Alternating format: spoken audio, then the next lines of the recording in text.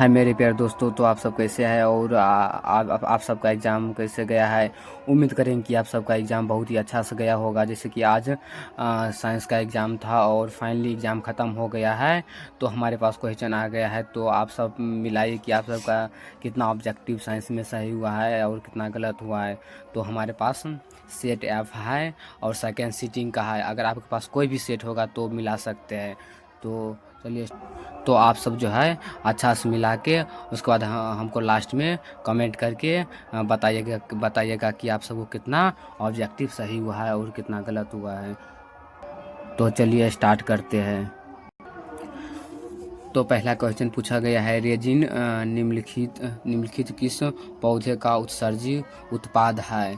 तो चीर, option B में है कनेर, ऑप्शन सी में है बरगद और ऑप्शन डी में है इनमें से कोई नहीं। तो ऑप्शन ए होगा चीर का। किसका होगा? चीर का।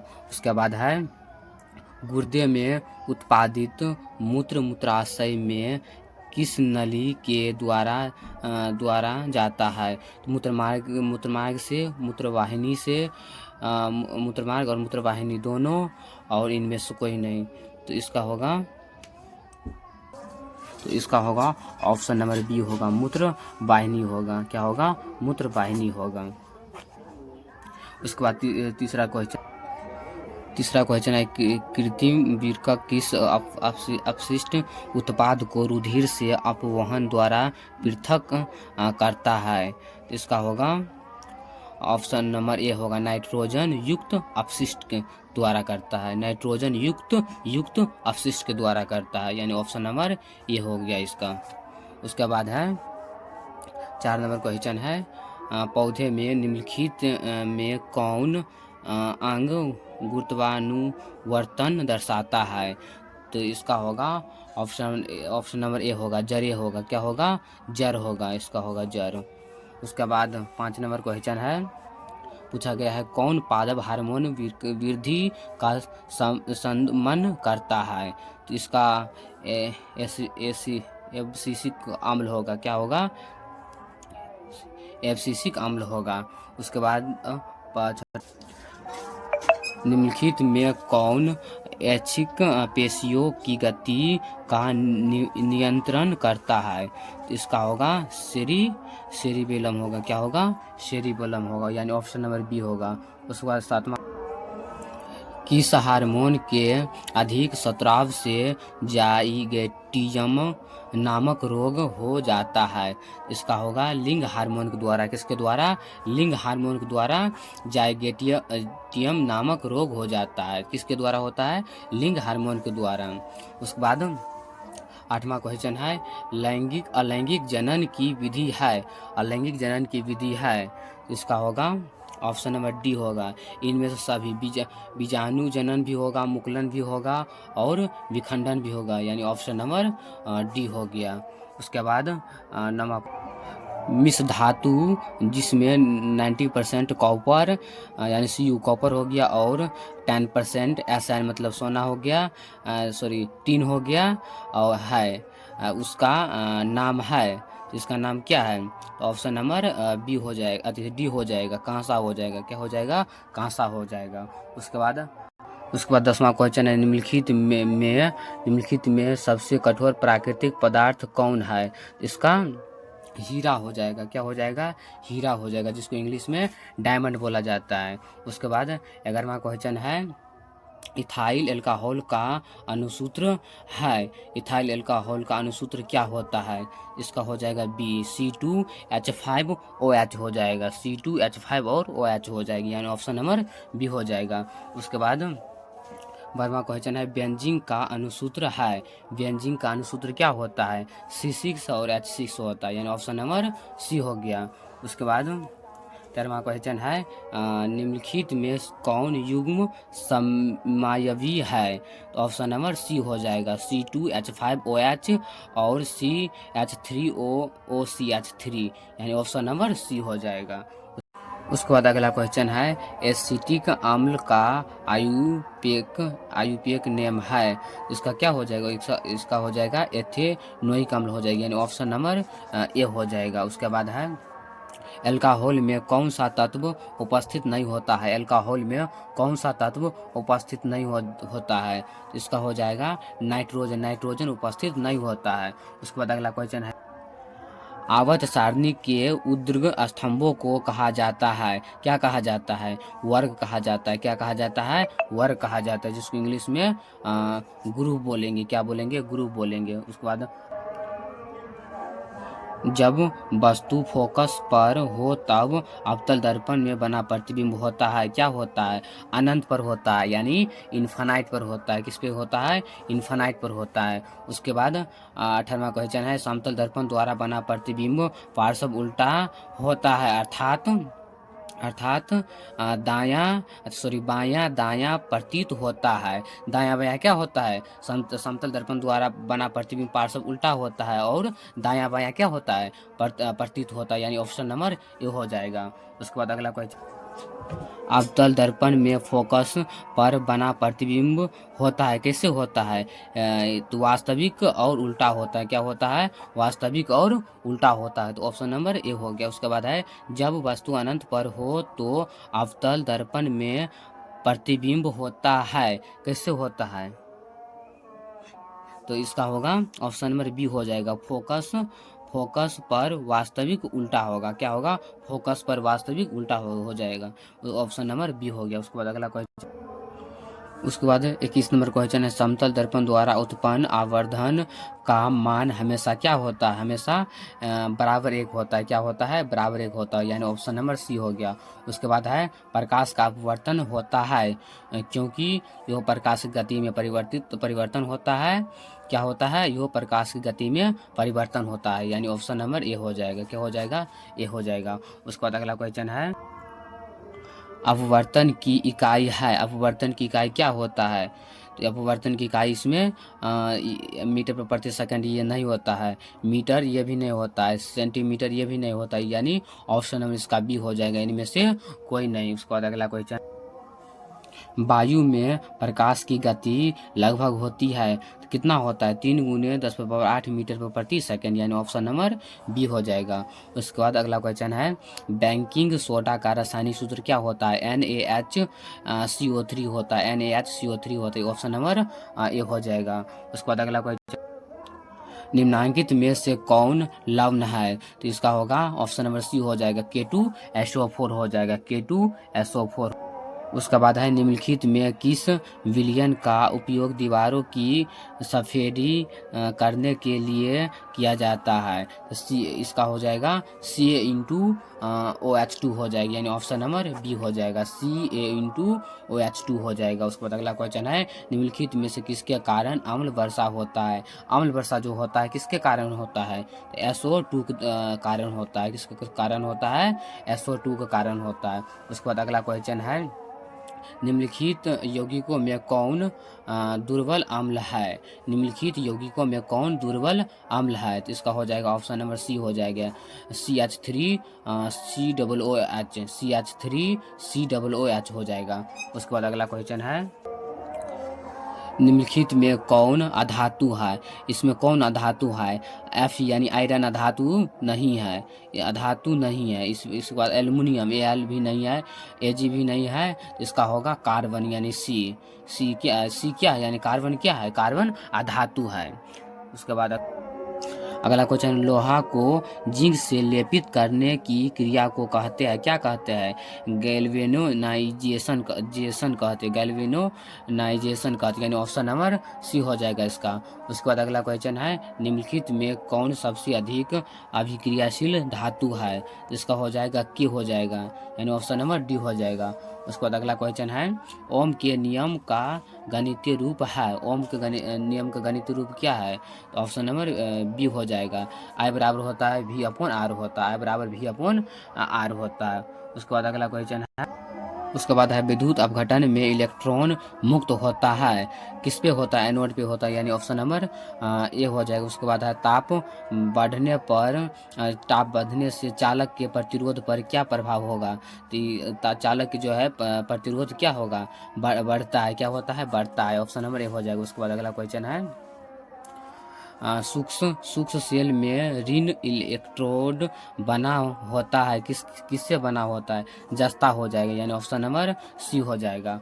उसके बाद अगला क्वेश्चन है, प्रत्यावर्ती धारा की दिशा चालक में क्या होता है, आवर्ती रूप से उलट जाती है, आवर्ती रूप से क्या होता है, उलट जाता है, यानी ऑप्शन नंबर बी हो जाएगा। उसके बाद अगला क्वेश्चन है, निम्नलिखित में कौन सुरक्षा युक्ति है, ए एम सी बी हो जाएगा, एम सी बी हो जाएगा, यानी ऑप्शन नंबर सी हो जाएगा। उसके बाद अगला क्वेश्चन है, हमारे घरों में जो विद्युत आपूर्ति की जाती है वो क्या होता है, यानी 220 वोल्ट पे प्रत्यावर्ती धारा होता है, तो ऑप्शन नंबर सी हो जाएगा। 220 वोल्ट पे प्रत्यावर्ती धारा होगा, यानी हमारे घर में जो लाइट जलता है बिजली पे वो कौन से धारा से जलता है, तो प्रत्यावर्ती धारा से।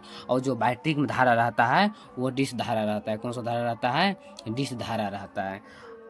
उसके बाद अगला क्वेश्चन, अतिभारण के समय विद्युत परिपथ में विद्युत धारा का मान क्या होता है, बहुत अधिक बढ़ जाता है, क्या होता है, बहुत अधिक बढ़ जाता है। उसके बाद अगला क्वेश्चन है, एक तत्व का इलेक्ट्रॉनिक विन्यास 287 है, इस तत्व की परमाणु संख्या क्या है, इसका परमाणु संख्या कितना होगा, 17 होगा, क्या कितना होगा, 17 होगा, यानी ऑप्शन नंबर सी हो गया। उसके बाद अगला क्वेश्चन है, निम्नलिखित में से किसके इलेक्ट्रॉन को बाहर निकालना सबसे आसान होता है, तो एम के, ऑप्शन नंबर ए हो जाएगा, एम के इलेक्ट्रॉन को जो है बाहर निकालना सबसे आसान होता है। उसके बाद अगला क्वेश्चन है, निम्नलिखित में कौन संक्रमण तत्व नहीं है, इसका ऑप्शन नंबर डी हो जाएगा, डी हो जाएगी, यानी कैल्शियम हो जाएगा, सी ए कैल्शियम हो जाएगा। उसके बाद अगला क्वेश्चन है, कोयला तथा पेट्रोलियम है, कोयला तथा पेट्रोलियम क्या है, जीवाश्म ईंधन है, क्या है, जीवाश्म ईंधन है। उसके बाद अगला क्वेश्चन है, निम्नलिखित में किसके कारण पर्यावरण का संतुलन बिगड़ जाता है, किसके कारण पर्यावरण का संतुलन बिगड़ जाता है, बढ़ती मानव जनसंख्या के कारण, बढ़ती मानव जनसंख्या के कारण। उसके बाद अगला क्वेश्चन है, निम्नांकित में किसका उपयोग बिजली उत्पादन में होता है, किसका उपयोग जो है बिजली के उत्पादन में होता है, तो पवन के, किसका, पवन के, ऑप्शन नंबर सी हो जाएगा। उसके बाद अगला क्वेश्चन है, दंत शरण का कारण है, क्या है, इनमें मीठी चीज़ का खाना, दांतों की सफाई न करना, बैक्टीरिया द्वारा अम्ल का निर्माण होना, इनमें सभी हो जाएगा, ऑप्शन नंबर डी हो जाएगा। उसके बाद अगला क्वेश्चन है, निम्नलिखित में से क्या स्वपोषी पोषण के लिए ऑप्शन नहीं है, तो CO2 तथा जल, क्लोरोफिल, सूर्य प्रकाश, ऑक्सीजन, तो क्या होगा इसका, ऑक्सीजन हो जाएगा, यानी ऑप्शन नंबर डी हो जाएगा। उसके बाद अगला क्वेश्चन, मुख्य गुहा में किस पोषक तत्व का पाचन होता है, इसका हो जाएगा ऑप्शन नंबर बी हो जाएगा, कार्बोहाइड्रेट हो जाएगा। उसके बाद अगला क्वेश्चन, मानव आहार नाल का सबसे लंबा भाग है, तो इसमें क्या होगा, मासे, ग्रासनली, बड़ी आंत और छोटी आंत, यानी ऑप्शन नंबर डी हो जाएगा, छोटी आंत हो जाएगा। उसके बाद अगला क्वेश्चन है, द्विबीजपत्री पौधा की गाढ़ कोशिका की कौन सी भित्ति मोटी होती है, इसका हो जाएगा भित्री, क्या होगा, ऑप्शन नंबर ए हो जाएगा, भित्री। उसके बाद अगला क्वेश्चन है, ग्लाइकोलाइसिस कहाँ होता है, ग्लाइकोलाइसिस कहाँ होता है, ग्लाइकोलाइसिस कहाँ होता है, कोशिका द्वार में होता है, कहाँ पर होता है, कोशिका द्वार में होता है। उसके बाद अगला क्वेश्चन, मत्स्य का मुख्य श्वसन अंग है, क्या है, तो ऑप्शन नंबर ए ट्रेकिया है, बी में फेफड़ा है, सी में नाक है और डी में गिल्स है, तो इसका होगा गिल्स हो गया। मछली को जो है, मछली कहाँ सांस लेता है, तो मछली गिल्स यानी गल्फर से सांस लेता है, जिसको अपना भाषा में गल्फर बोल सकते हैं। तो आप सब जो अच्छा से मिला के और आप सब लास्ट में बताइएगा कमेंट करके आप सबको कितना सही हुआ है। तो अगला क्वेश्चन है 54 नंबर, मानव हृदय घिरा हुआ है, मानव का जो हृदय होता है किससे घिरा रहता है, तो इसका पेडिकार्डियम हो जाएगा, ऑप्शन नंबर डी हो जाएगा, पेडिकार्डियम हो जाएगा। उसके बाद है, प्लाज्मा का रंग होता है, कैसे होता है, हल्का पीला होता है, क्या होता है, हल्का पीला होता है। उसके बाद अगला क्वेश्चन, निम्नलिखित में से कौन पौधों में जल संवाहक ऊतक है, इसका हो जाएगा जाइलम हो जाएगा, क्या होगा, जाइलम होगा। प्रथम मासिक धर्म का प्रकट होना कहलाता है, क्या कहलाता है? मेनार्च कहलाता है, क्या कहलाता है? मेनार्च कहलाता है, यानी ऑप्शन नंबर बी हो जाएगा। उसके बाद अगला क्वेश्चन है, भ्रूण का विकास होता है कहाँ पर होता है? तो गर्भाशय में होता है। कहाँ पर होता है? गर्भाशय में होता है। भ्रूण का विकास गर्भाशय में होता है। उसके बाद अगला क्वेश्चन है, जीव द्रव्य शब्द किसने प्रस्तुत किया था? जीव द्रव्य शब्द किसने प्रस्तुत किया था? इसका हो जाएगा पुरकिंजे ने, पुरकिंजे ने, यानी ऑप्शन नंबर ए हो जाएगा, पुरकिंजे ने। उसके बाद अगला, मानव युग्मक में लिंग गुणसूत्र की संख्या होती है, कितना होता है? तो एक होता है। कितना होता है? एक होता है। मानव युग्मक में लिंग गुणसूत्र की संख्या कितना होता है? एक होता है। उसके बाद अगला क्वेश्चन है, उसके बाद है, निम्नलिखित में कौन पुरुषों में पाया जाने वाला लिंग क्रोमोसोम का जोड़ा है? तो पुरुष में क्या पाया जाता है? पुरुष में XY पाया जाता है। क्या पाया जाता है? XY पाया जाता है, यानी ऑप्शन नंबर बी हो जाएगा। उसके बाद है, जीवाणु कहलाते हैं। जीवाणु क्या कहलाता है? अपघटक कहलाता है। क्या कहलाता है? अपघटक कहलाता है। उसके बाद है, निम्नलिखित में से कौन एक भूमिगत जल का उदाहरण है? तो कुआं हो जाएगा। क्या हो जाएगा? कुआं हो जाएगा। उसके बाद अगला क्वेश्चन है, तालाब किस प्रकार का परिस्थिति तंत्र है? तो तालाब क्या है? तो तालाब प्राकृतिक परिस्थिति तंत्र है, यानी प्रकृति के द्वारा बनाया गया है, प्राकृतिक हो जाएगा। उसके बाद अगला क्वेश्चन है, पानी में छड़ी को मुड़ी हुई दिखाई देने का कारण क्या होता है? प्रकाश का अपवर्तन होता है। किसके कारण होता है? अपवर्तन के कारण, यानी ऑप्शन नंबर बी हो गया। उसके बाद अगला क्वेश्चन है, निम्नलिखित में किसका अपवर्तनांक सबसे अधिक होता है? तो हीरा को होता है। किसके होता है? हीरा को होता है, यानी डायमंड को होता है। उसके बाद अगला क्वेश्चन है, स्पेक्ट्रम में किस रंग की किरण का झुकाव सबसे अधिक होता है? तो किसका झुकाव सबसे अधिक होता है? तो ऑप्शन नंबर सी हो जाएगा, बैगनी का। किसका? बैगनी का। उसके बाद अगला क्वेश्चन है, आँख का रंगीन भाग होता है, क्या होता है? आँख का जो है रंगीन भाग क्या होता है? तो आइरिस होता है। क्या होता है? आइरिस होता है, यानी ऑप्शन नंबर बी हो जाएगा। उसके बाद है, सामान्य नेत्र की निकट बिंदु क्या होता है? 25 सेंटीमीटर होता है, 25 सेमी होता है। उसके बाद अगला क्वेश्चन है,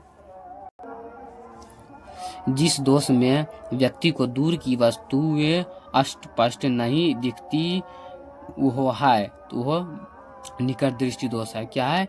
निकट दृष्टि दोष है, तो यानी ऑप्शन नंबर बी हो जाएगा।